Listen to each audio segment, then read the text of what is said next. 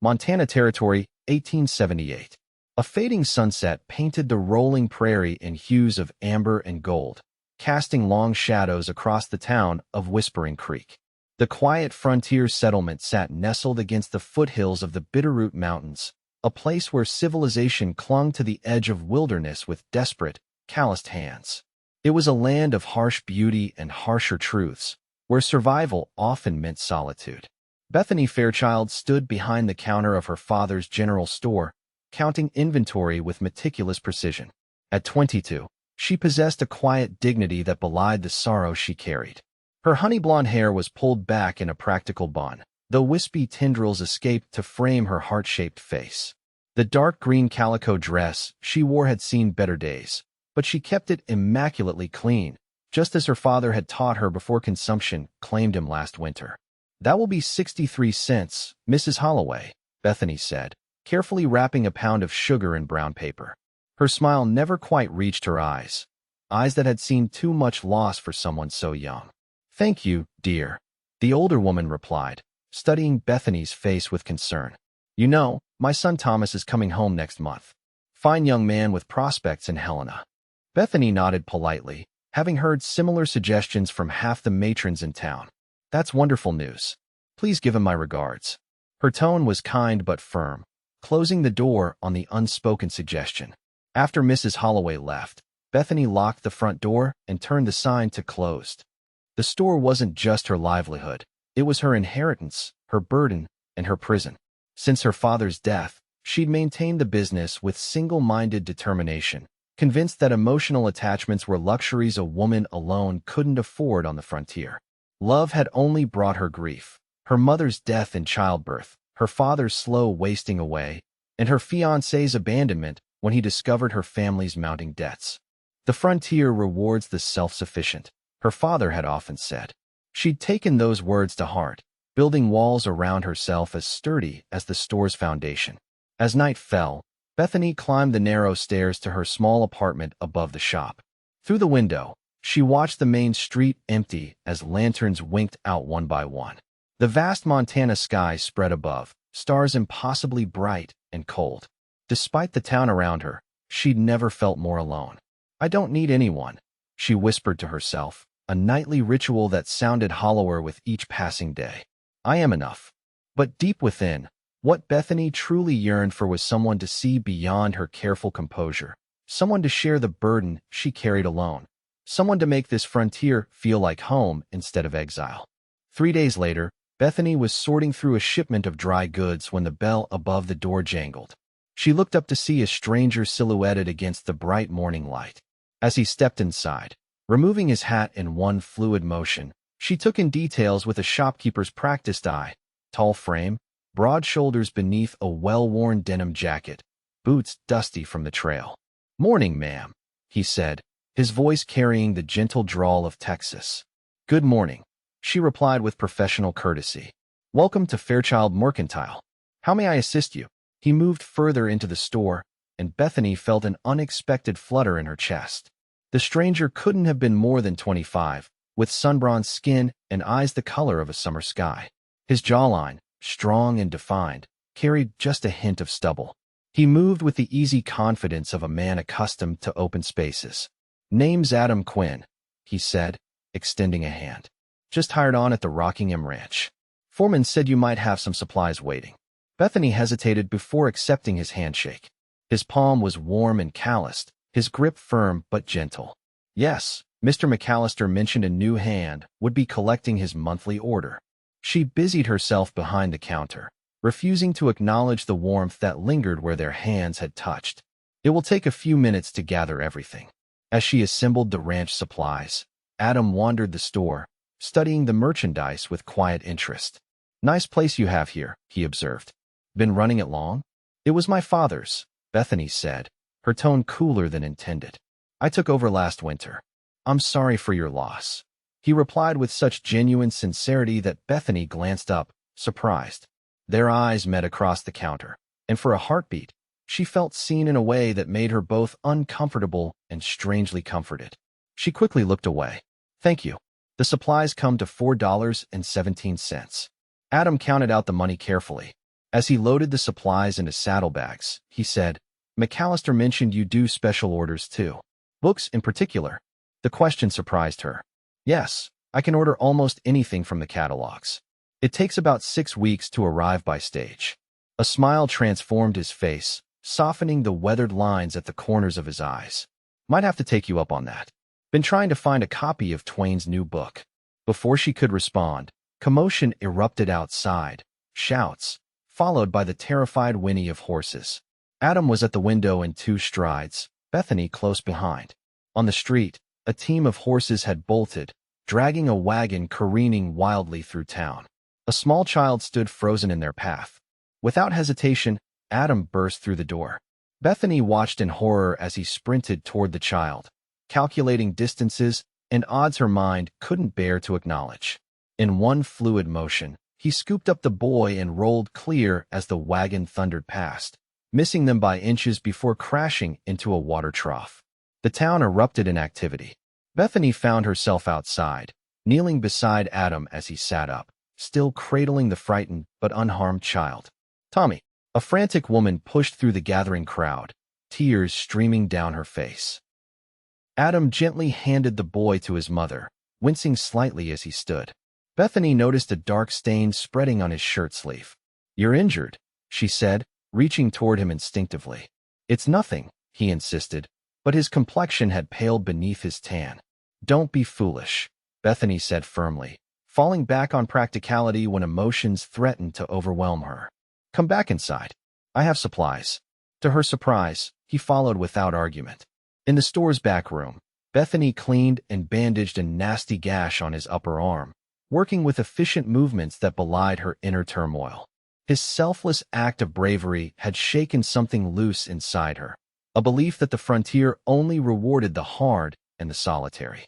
"Why did you do that?" she asked quietly, securing the bandage. "You could have been killed." Adam looked genuinely confused by the question. "Couldn't just stand there, ma'am." "Bethany," she corrected, surprising herself. "Bethany Fairchild." "Couldn't just stand there, Bethany," he repeated, her name sounding different in his gentle drawl. In that moment, something shifted between them, an inciting incident in Bethany's carefully ordered world. Here was a man who had risked everything for a stranger's child, who spoke of books when most cowboys discussed only cattle and cards, whose eyes held no calculation when they looked at her, only kindness. It directly contradicted everything she believed about survival on the frontier, that self-preservation was the only law that mattered, that connections were vulnerabilities waiting to be exploited. Yet Adam Quinn had just proven that sometimes reaching out, taking someone's hand, was the strongest thing a person could do. Over the following weeks, Adam found reasons to visit the general store that grew increasingly transparent. Sometimes he needed supplies for the Rocking M. Other times, he claimed to be just passing by on his way to somewhere else. Bethany pretended not to notice how her heart quickened at the sound of the shop bell when she glimpsed his familiar silhouette. Spring blossomed across the valley, painting the prairie with wildflowers and new possibilities. One warm afternoon, Adam arrived with his arm healed and a small package tucked under his arm. "Special delivery," he announced, placing a brand new copy of Mark Twain's latest on the counter. "Figured you might want to read it too, after I'm done." Bethany's fingers traced the embossed cover. "How did you get this?" "The stage isn't due for another week. Had a friend bringing some horses up from Helena," he said with a shrug that suggested it was nothing, though they both knew otherwise. "Thought you might appreciate something new to read." "Thank you," she said softly, fighting the emotion tightening her throat. It had been so long since anyone had thought about what might bring her joy. A sudden commotion from the back room saved her from having to say more. Something heavy had fallen, followed by the splash of liquid. With a grimace, Bethany hurried to investigate, finding a shelf had collapsed, sending jars of molasses crashing to the floor. "Oh no," she murmured, surveying the sticky disaster. Weeks of profits pooled at her feet, and the mess would take hours to clean. Adam appeared in the doorway, taking in the scene with a low whistle. Without being asked, he rolled up his sleeves. "Where do you keep your mop?" "You don't have to," she began. "I know I don't have to," he interrupted gently. "But I'd like to help, if you'll let me." For a moment, Bethany wavered. Accepting help meant acknowledging she couldn't handle everything alone, a dangerous admission on the frontier. But as she looked at Adam's sincere expression, she realized something important. Perhaps true strength wasn't in isolation, but in knowing when to accept a helping hand. "The cleaning supplies are in that corner cabinet," she said finally. They worked side by side for hours, cleaning every sticky surface. What should have been an ordeal became something else entirely, a shared task filled with conversation that flowed as easily as the water they used to clean the floors. Adam told her about growing up on a small farm in Texas, about losing his parents to fever and making his way north, working ranches across the territories. Bethany found herself sharing stories of her father, of books she'd loved, of dreams she'd put aside to keep the store running. When they finished, the setting sun streamed through the windows, painting the freshly cleaned room in gold. Adam leaned against the counter, watching Bethany as she hung the mop to dry. "You know," he said thoughtfully, "most folks would have been cursing their luck with a mess like that." Bethany smiled, a genuine smile that reached her eyes for the first time in months. "Maybe I was lucky after all.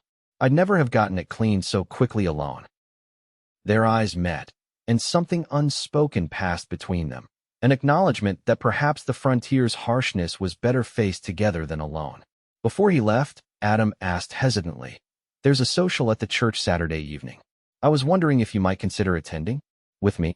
The invitation hung in the air between them, weighted with possibility. Every instinct honed by loss and survival told Bethany to decline, to retreat behind her walls of self-reliance. Yet something stronger, something that felt like hope, made her nod. "I would like that," she said simply. The smile that lit Adam's face made her wonder if she'd been wrong all along about what it took to survive in this wild country.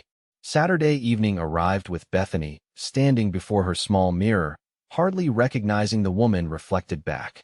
She'd unearthed a blue dress she hadn't worn since before her father's illness, the color bringing out flecks of gold in her hazel eyes. Her honey-blonde hair hung in loose waves down her back, secured with a simple ribbon. The knock at the store's front door came precisely at 7. Adam stood on the porch, his usual ranch clothes replaced by clean dark trousers and a pressed white shirt.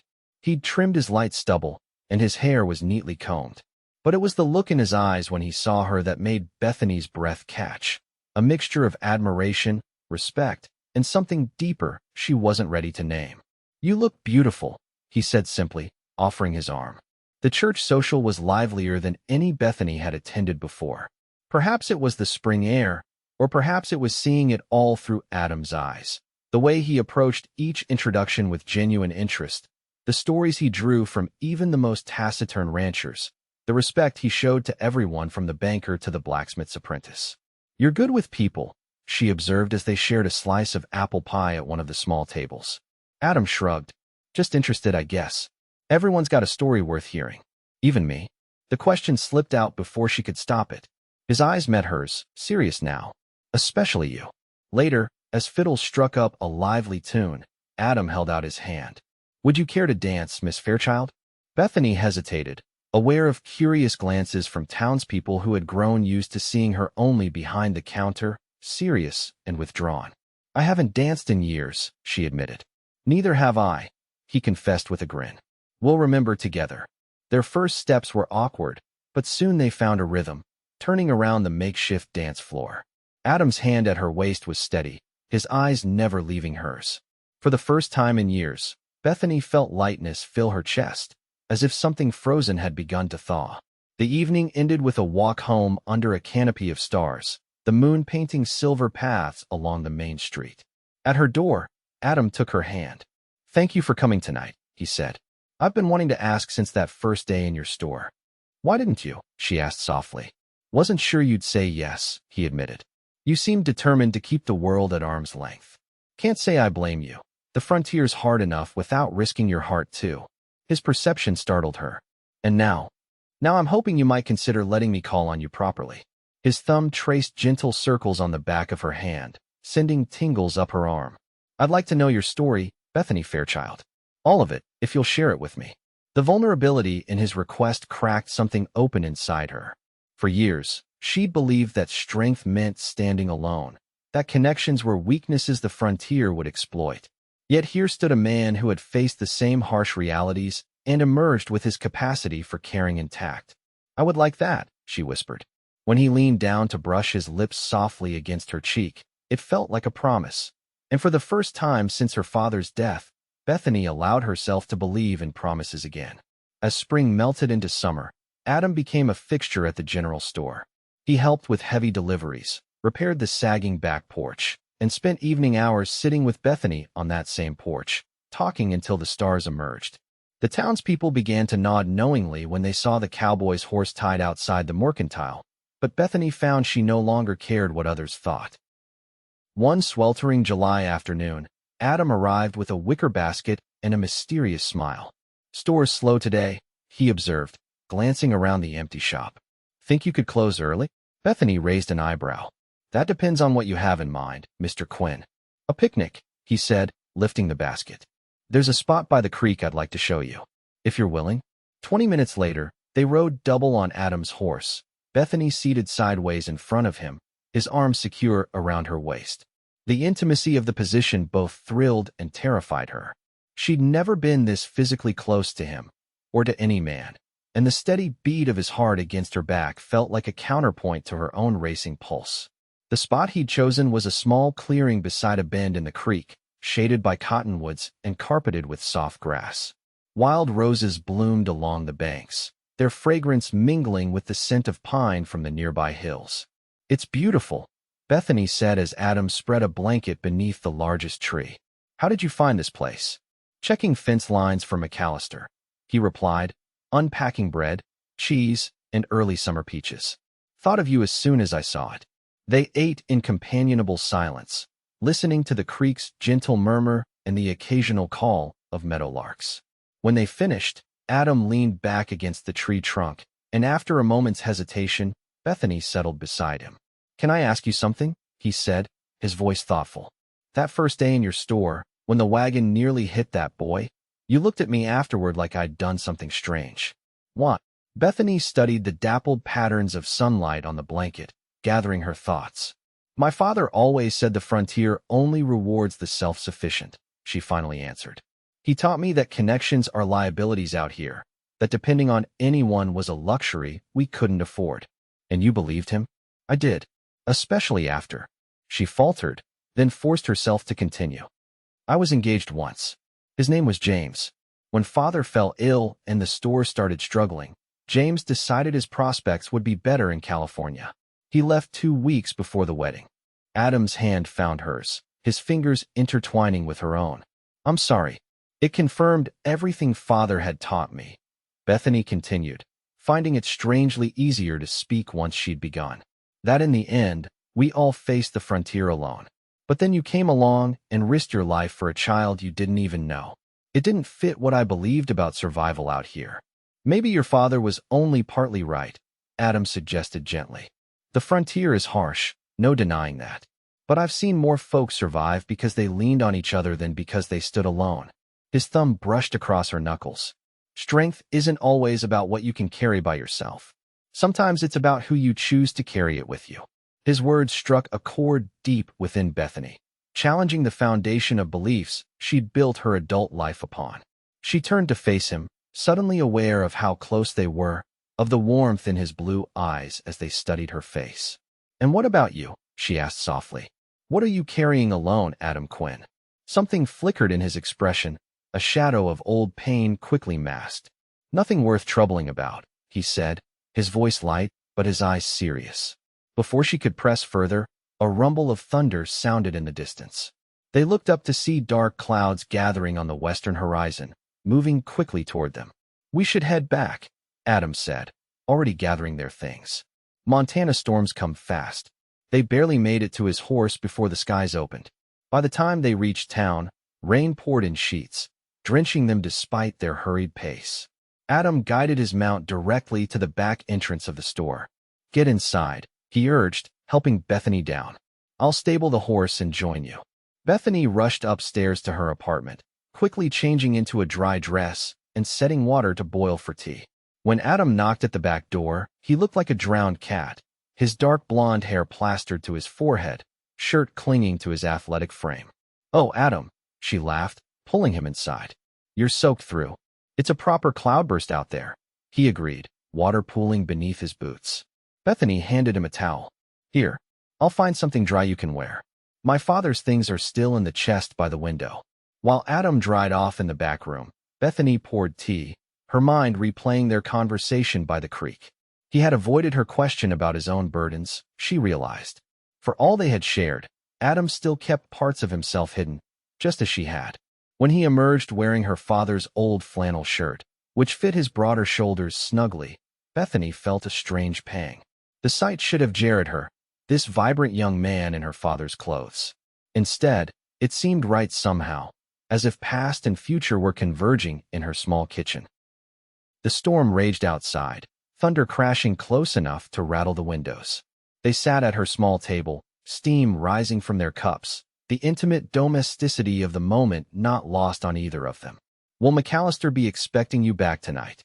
Bethany asked, trying to ignore how her pulse quickened when Adam's fingers accidentally brushed hers as he reached for the sugar. Not in this weather, he replied. He knows I'm with you. He hesitated, then added, the men at the ranch, they tease me about courting you. Does that bother you? She asked, suddenly uncertain. No, he said firmly. What bothers me is that I'm not sure if that's what I'm doing. Courting you, I mean. I'd like to be, if you're amenable, but I don't want to presume.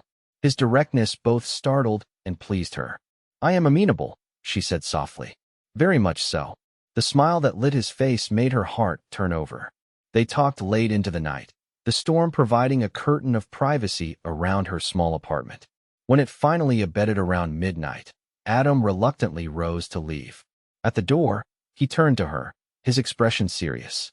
There are things in my past I haven't told you, he said quietly. Things I'm not proud of. We all have regrets, Bethany replied. When you're ready to share them, I'll listen. He nodded, then leaned down to kiss her, not on the cheek this time, but gently on the lips. The contact was brief but electric, sending warmth cascading through Bethany's body. Good night, Bethany Fairchild, he whispered. As she watched him disappear into the night, Bethany touched her fingers to her lips, marveling at how a simple kiss could feel like the beginning of something monumental. The walls she had built around her heart weren't gone, but they had developed doorways, and Adam Quinn held the key to each one.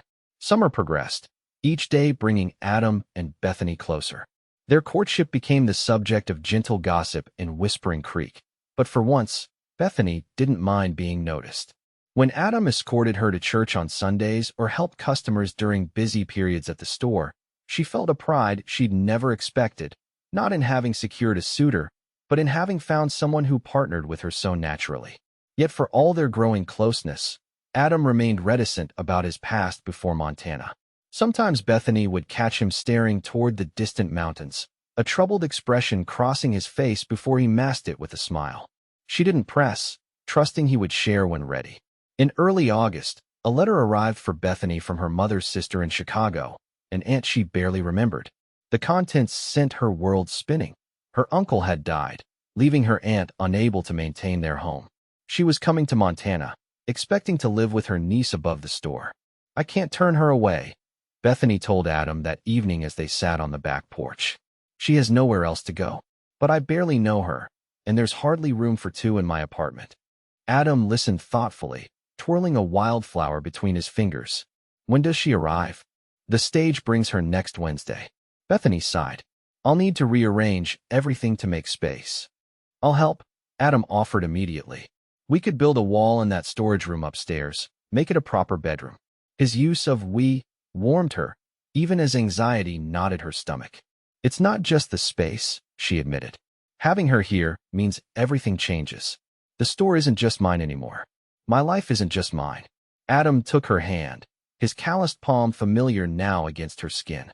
Change isn't always bad, he said softly. Sometimes it shows us possibilities we never considered. His words resonated through the following days as they worked together to transform the upstairs. Adam recruited 2 ranch hands to help with the construction, turning the storage space into a small but comfortable bedroom. Bethany sewed curtains and arranged furniture, surprised by the excitement that began to replace her apprehension. The night before her aunt's arrival, they stood in the newly completed room, admiring their handiwork. Adam's arm rested comfortably around Bethany's waist, their bodies fitting together with practiced ease. It looks wonderful, Bethany said, leaning her head against his shoulder. I couldn't have done this alone. You probably could have, Adam replied with a smile in his voice. But I'm glad you didn't have to. She turned in his arms, studying the face that had become so dear to her. Thank you, not just for the help, but for showing me there's another way to live out here. That independence doesn't have to mean isolation. His eyes softened as he brushed a strand of hair from her face. Bethany, he began, then hesitated. There's something I need to tell you. Something about my past. The seriousness in his tone made her heart quicken. What is it? Before he could answer, shouts erupted from the street. Urgent cries for help followed by the alarm bell's clang. They rushed downstairs and outside to find chaos. Orange flames licked the night sky 2 buildings down, where the saloon stood. Men formed a bucket brigade, while women ushered children to safety. Stay here, Adam ordered, already running toward the fire. Ignoring his instructions, Bethany joined the line of townspeople passing buckets. For hours they battled the blaze, managing to save the surrounding buildings though the saloon itself was lost. Dawn broke over a scene of exhaustion and relief. No lives had been claimed, though several men, Adam among them, bore minor burns and smoke-stained faces. As Bethany tended a burn on Adam's forearm, the stage rolled into town, a day early. From its window peered an elegant woman in her 50s, her expression shocked as she surveyed the smoke-damaged street. Aunt Patricia, Bethany murmured, suddenly aware of her soot-streaked face and disheveled appearance. The reunion was awkward, her aunt clearly dismayed by the frontier town's condition. As they climbed the stairs to the apartment, Bethany glanced back at Adam, who gave her an encouraging nod before heading back to the ranch. Whatever he had been about to reveal would have to wait. Patricia Fairchild proved to be both a challenge and an unexpected blessing. Initially appalled by the primitive conditions of Whispering Creek, she nevertheless possessed her sister's practicality. Within days, she had reorganized the store's bookkeeping system and introduced inventory practices that Bethany recognized as superior to her own. Chicago's shops may be grander, Aunt Patricia declared, but basic principles of commerce apply everywhere. Your father was a good man, but his accounting was abysmal. The assessment stung, but Bethany couldn't deny its accuracy. Her aunt's experience working in her late husband's furniture business brought expertise the struggling general store desperately needed. For the first time since her father's death, Bethany felt the weight of sole responsibility lifting slightly. Adam watched these developments with approval, though his visits became less frequent as August brought the busiest season at the ranch. When they did see each other, Aunt Patricia's presence limited their privacy, resulting in briefer conversations and stolen moments. I miss you, Bethany confessed one evening when Adam managed to stop by after dinner. They stood in the shadow of the back porch, speaking in hushed tones. I miss you too, he replied, squeezing her hand. But harvest will be over soon, and then... He trailed off, eyes distant. And then... Bethany prompted, sensing his hesitation. Adam seemed about to speak when Aunt Patricia called from upstairs. With a rueful smile, he kissed Bethany's forehead. Soon, he promised, before disappearing into the darkness. September arrived with cooling temperatures and Whispering Creek's annual harvest festival. Bunting decorated the town square, and farmers displayed prize produce beside ranchers showing prized livestock. For Bethany, the day meant the store's busiest sales of the year. By mid-afternoon, she was exhausted but exhilarated. The store had done record business, thanks partly to Aunt Patricia's suggestion to display goods on tables outside. Bethany was arranging a new shipment of preserves when the shop bell jangled. We're closing early for the festival, she called without looking up. But you're welcome to browse until... The words died in her throat as she turned and saw not a customer, but the town sheriff standing at the counter, his expression grave. Miss Fairchild, he said, removing his hat. I need a word in private. Cold dread washed through her. Is it Adam? Has there been an accident? No accident, ma'am, the sheriff replied, his weathered face uncomfortable. But it is about Quinn. Perhaps we should sit down. Somehow Bethany found herself in the store's back room, the sheriff's voice seeming to come from a great distance as he explained. A federal marshal had arrived that morning with a warrant. Adam Quinn was being arrested for a bank robbery in Wyoming 2 years earlier. A robbery that had left a guard dead. There must be some mistake, Bethany insisted, her voice barely above a whisper. Adam wouldn't. He couldn't have. They've got witnesses, ma'am, the sheriff said gently. And he didn't deny it when they took him. Asked me to tell you he was sorry. Said you deserved better. The world tilted beneath Bethany's feet. How could the man who had shown her such tenderness, who had risked his life for a child, be the same man who had participated in a deadly robbery? The contradiction was impossible to reconcile with the Adam she knew. Where is he now? She managed to ask. Jail. Marshall's taking him to Cheyenne on tomorrow's stage to stand trial. After the sheriff left, Bethany sat immobile, tears streaming silently down her face. Her father's warnings echoed in her mind. The frontier is no place for trust. Connections only lead to pain. Safety lies in self-reliance alone. She had allowed herself to believe otherwise, and now her heart lay shattered amid the ruins of that belief. Aunt Patricia found her there as dusk fell, still seated in the same position, eyes vacant. With surprising gentleness, the older woman helped Bethany upstairs, murmuring comforts that couldn't penetrate the fog of betrayal enveloping her. That night, alone in her room, Bethany faced the darkest hours of her life. Every memory of Adam now seemed suspect. His kindness, his courage, his growing place in her heart. Had it all been a lie, a mask worn by a man fleeing his past? Or was there truth beneath it all, a man genuinely seeking redemption who had been too afraid to reveal his darkest chapter? As dawn broke, Bethany made a decision. Before the stage departed, she needed answers, not from the marshal or the sheriff, but from Adam himself. The jail stood at the edge of town, a squat building of rough-hewn logs. Bethany approached it as the early morning mist still clung to the ground, her steps slowing as she neared the door. Inside, the sheriff looked up in surprise. Miss Fairchild, I wasn't expecting. I need to see him, she interrupted, her voice steadier than she felt. Please. The sheriff studied her face, compassion in his eyes. After a moment, he nodded. 5 minutes. Marshall's due at 8 to take him to the stage. He led her to a small cell at the back, where Adam sat on a narrow cot, head bowed. At the sound of their approach, he looked up, his face going pale when he saw Bethany. You shouldn't be here, he said quietly. Leave us, Bethany told the sheriff, who hesitated before stepping away, remaining within eyesight but beyond earshot. For a moment, neither spoke.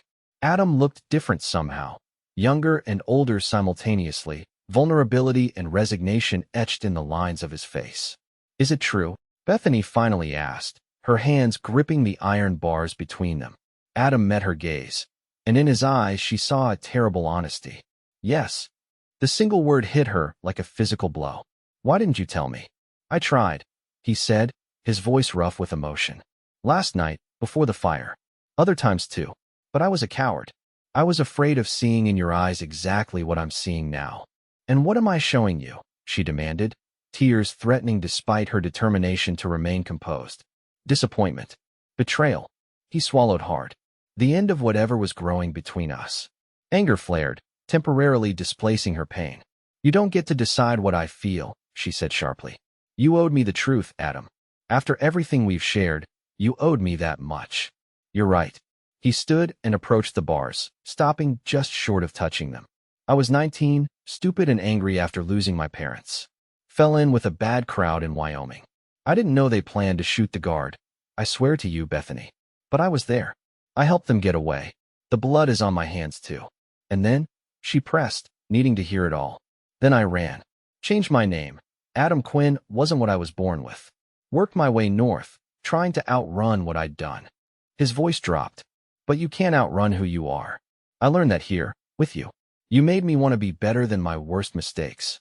Bethany closed her eyes, memories washing over her. Adam rushing to save the child from the runaway wagon. Adam helping rebuild after the fire. Adam's hands steady as they built her aunt's room. Were these the actions of an irredeemable man? I never meant to hurt you, he continued softly. I convinced myself I could start fresh, be the man you thought I was. But the past always catches up. When Bethany opened her eyes, tears streaked Adam's face. Without conscious thought, she reached through the bars, her fingers brushing his cheek. What happens now, she whispered. Trial in Cheyenne. If I'm lucky, 20 years. If not, he didn't need to finish the sentence. They both knew the penalty for murder during a robbery, regardless of who fired the shot. The clank of the outer door signaled the marshal's arrival. Their time was up. Adam caught Bethany's hand where it still rested against his face, pressing a kiss to her palm. "I'm sorry," he said, voice breaking, "for everything except loving you. I'll never be sorry for that." The marshal approached, keys jangling. "Time to go, Quinn." Bethany stepped back, watching as they shackled Adam's wrists. As they led him past, he paused, eyes meeting hers one last time. "Forget me," he said quietly. "Build the life you deserve." Then he was gone, the jail door closing behind him with terrible finality. Bethany stood alone, her heart a battlefield of conflicting emotions, betrayal warring with understanding, anger with compassion, disillusionment with a love that refused to die despite everything. Outside, she watched as they loaded Adam onto the stage, his head bowed, shoulders slumped in defeat. As the coach pulled away, raising dust that mingled with the morning mist, Bethany felt something within her break free, not her heart shattering, but a rigid belief system cracking open. The frontier had indeed taught her its harshest lesson, that love offered no guarantees, that opening one's heart meant risking devastation. But in that moment of greatest pain, she realized her father had been wrong about one crucial thing. The real danger wasn't in connection, but in its absence, in facing life's brutality without having known its tenderness. Adam had shown her that truth.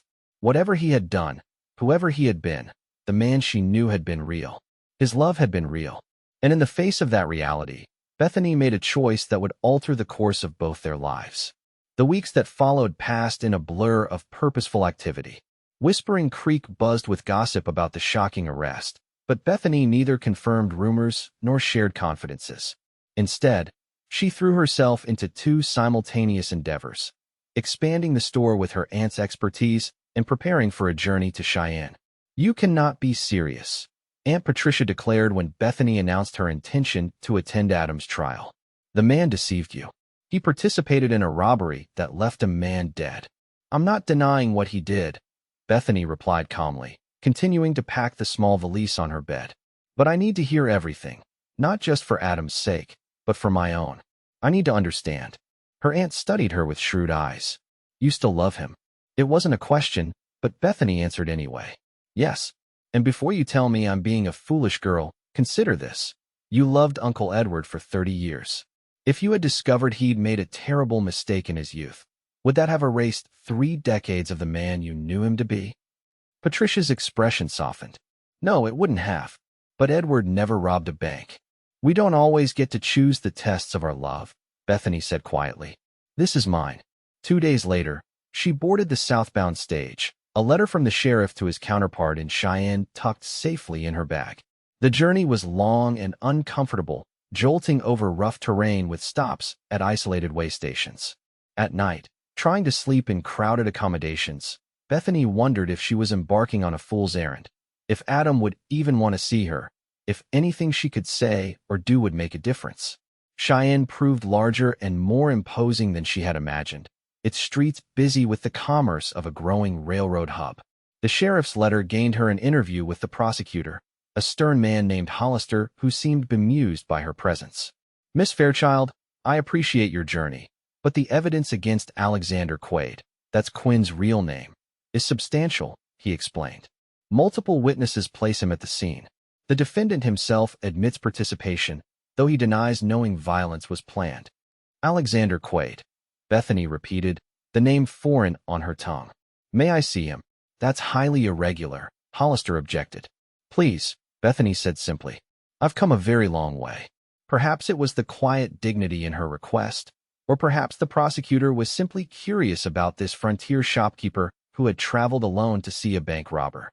Whatever the reason, he eventually arranged a brief meeting in a guarded room at the jail. Adam, Alexander, looked up in shock when Bethany entered. He'd lost weight, his clothes hanging loose on his frame, dark shadows beneath his eyes. "What are you doing here?" he asked, rising from his chair. "Learning the truth," she replied, taking the seat across from him. "All of it this time." For an hour, under the bored gaze of a deputy, Adam told her everything. His parents' deaths from typhoid, the anger that had led him to join a gang led by a charismatic outlaw, the robbery that went wrong when the leader shot an uncooperative guard. He described his flight north, his attempts to build an honest life, and finally, meeting Bethany. "I wanted to tell you," he concluded, eyes fixed on his hands. "Every day we spent together, I wanted to confess everything. But I was afraid, not just of jail, but of losing you. You should have trusted me with the truth," Bethany said softly. "Would it have made a difference?" he asked, finally looking up. "Yes," she answered honestly. "I can't say I would have reacted well. I might have turned away initially. But eventually, I would have seen what I see now. A man who made a terrible mistake, but who has been trying to atone for it ever since." Hope flickered briefly in his eyes before dying. "It doesn't matter now. The trial starts tomorrow. Given the evidence, it will be quick." Bethany reached across the table, taking his hands in hers. "It matters to me." That evening, in her modest hotel room, Bethany wrote 2 letters, one to the judge presiding over Adam's case, the other to Aunt Patricia. Then she knelt beside the narrow bed and prayed for the first time since her father's death, not for a miracle, but for the strength to face whatever came next. The trial proceeded as predicted. Witnesses identified Adam as part of the gang, though several confirmed he hadn't been the shooter. Adam himself testified to his involvement and his subsequent efforts to rebuild his life. Throughout, Bethany sat in the courtroom, her presence a silent testimony that not everyone believed the sum of a man's life could be reduced to its worst moment. On the 3rd day, the jury returned their verdict, guilty of accessory to robbery and felony murder. The judge sentenced Adam to 15 years in the territorial prison, a lighter sentence than expected, acknowledging his youth at the time of the crime and his cooperation with authorities. Bethany was permitted a final visit before Adam's transfer to prison. They sat across from each other, the reality of their separation stretching between them like a vast plain. 15 years, she said, her voice steady despite the ache in her heart. "You'll be 39 when you're released." "Bethany," Adam began, his expression pained, "you need to forget about me. Build a life with someone who deserves you." "That's the second time you've tried to tell me what to do," she replied with unexpected firmness. "I didn't appreciate it the first time either." Despite everything, a ghost of a smile touched his lips. "Stubborn woman." "Yes," she agreed. "Which is why I've decided to move to Laramie." "What?" The word came out sharply, his eyes widening in surprise. "It's only 30 miles from the prison," Bethany explained. "I've inquired about purchasing a general store there. The owner is elderly and looking to retire. Aunt Patricia will continue running the store in Whispering Creek. We've worked out the financial arrangements." Adam stared at her, disbelief warring with something that looked like hope on his face. "Bethany, you can't uproot your life for me." 15 years is a long time, she interrupted. "Yes, I know. Long enough for me to build a successful business. Long enough for visits every month. Long enough for us both to be certain of what we want." "And what is it you want?" he asked hoarsely. "The same thing I wanted before I knew your real name," she answered simply. "A life with the man I love. The man who showed me that the frontier's harshness doesn't have to harden our hearts." Tears filled Adam's eyes. "I don't deserve this." "Perhaps not," Bethany acknowledged. "But love isn't about what we deserve. It's about what we choose." She reached across the table, taking his hands in hers. "I choose you, Alexander Quaid. Not despite your past, but including it, because it's part of what made you the man I fell in love with." For a moment, Adam seemed unable to speak. Then he squeezed her hands, his grip conveying what words couldn't: gratitude, love, and a promise. "If you're certain," he began. "I am," Bethany assured him. "Then I'll count every day until I can come home to you," he vowed.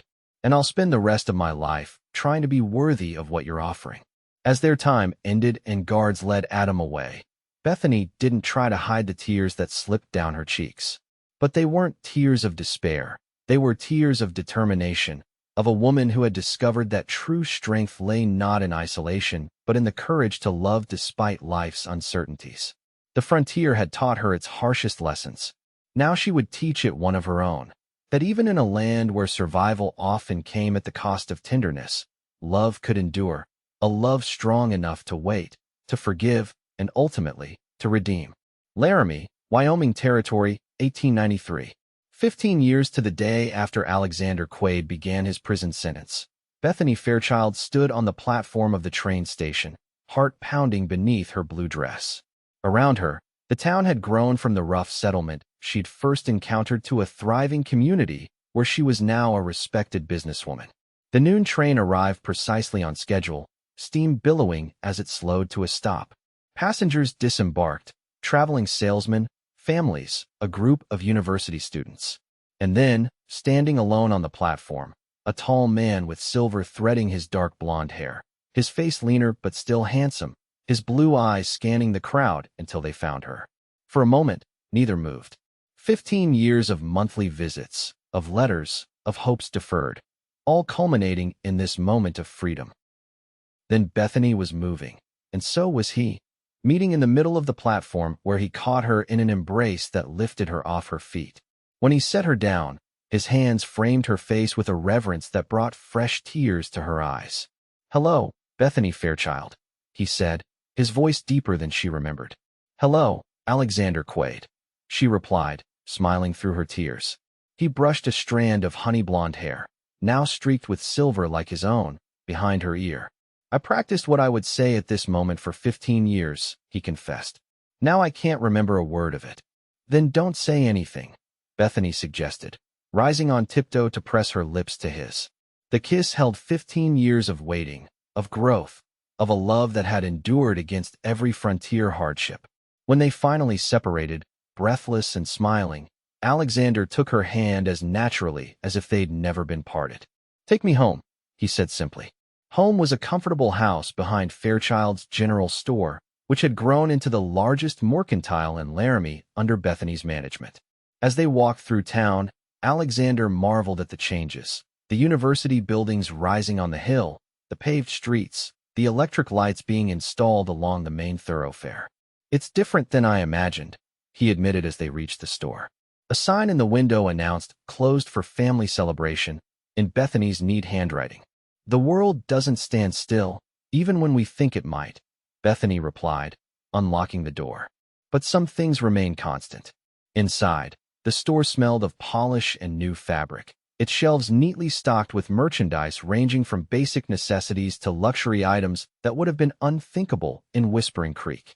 Alexander wandered the aisles, touching things gently, as if to reassure himself of their reality. "You've built something remarkable here," he said, genuine admiration in his voice. "We've built something," Bethany corrected. "Every decision I made, I thought of us, of the future we would have when you came home." She led him through the store to the back stairs and up to the living quarters. The apartment was larger than her old one, with tall windows that flooded the rooms with afternoon light. On the dining table sat a small cake and a bottle of champagne. "A homecoming celebration?"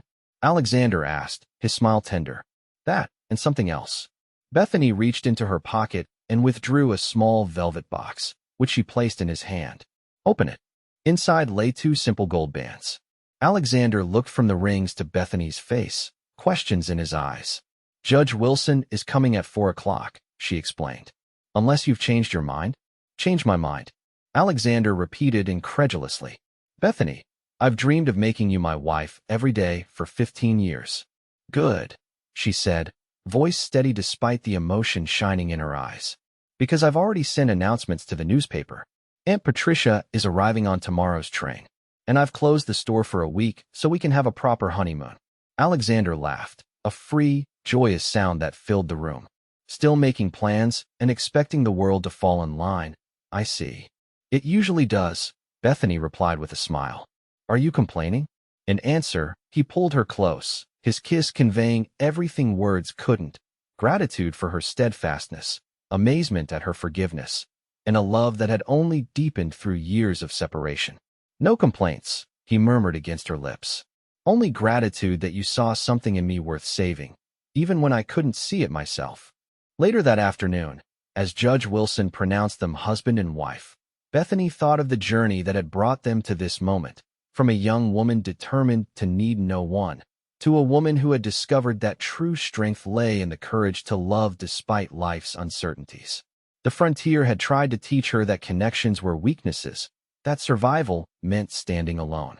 But Alexander had shown her a different truth, that even in the harshest landscapes, it was love that ultimately redeemed, love that saw beyond mistakes to possibility, love that waited patiently for second chances. As her new husband slipped the gold band onto her finger, Bethany remembered that day long ago in her store in Whispering Creek, when a young cowboy had taken her hand and begun changing her life. The journey hadn't been easy or direct.